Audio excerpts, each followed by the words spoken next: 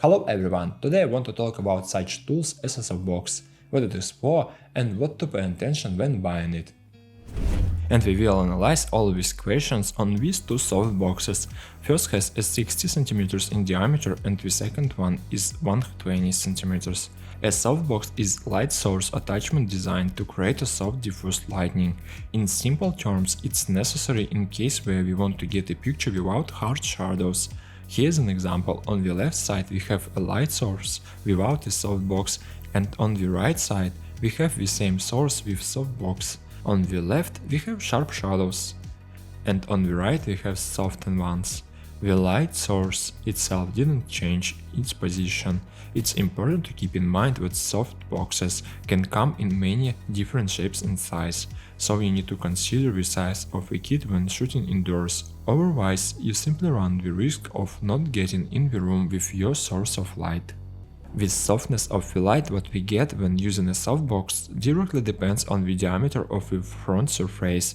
When larger the diameter, then the softer light we get. The softbox is quite simple. Inside we have a reflective material that collects all the lights from our source and direct it to a diffuser. It can be either one or two layers of diffuser. A white fabric that is attached to the inner surface of a softbox. Also, the quality of materials themselves is very important.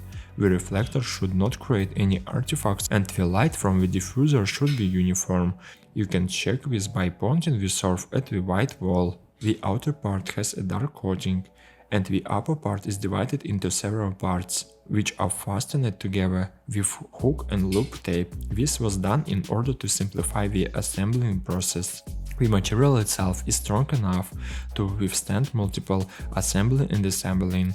These are two types of fastening: quick assembling and disassembling, or free, where you need to manually insert each spoke. The second method requires significantly assembling effort and increases assembly time, which is a significant disadvantage, but at the same time allows manufacturers to reduce the cost of the product.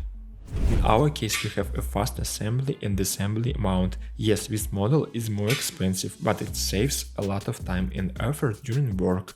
Of the minuses, it's worth notice that the latches of this model are plastic and can break. However, I looked at a few reviews before buying it, and the authors assure that they can easily cope with the task. You may meet several types of the connectors. In my case, it's bovines. In the kit we have a bag for transportation, which is very important if we want to protect the softbox from dirt and damage.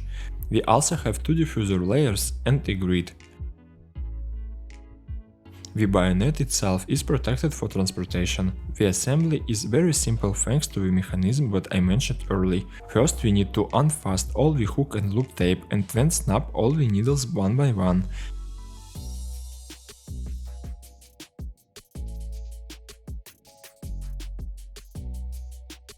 Next we fasten the hook and loop tape in such way that there is no empty space between them and all the light is concentrated inside the softbox. Turning the softbox over, we need to install the first layer of the diffuser in accordance places. The smaller diameter softbox only has one diffuser layer that comes with the kit, but you can also purchase and use two if you wish. Attachment points are available. And after the second layer on the outside.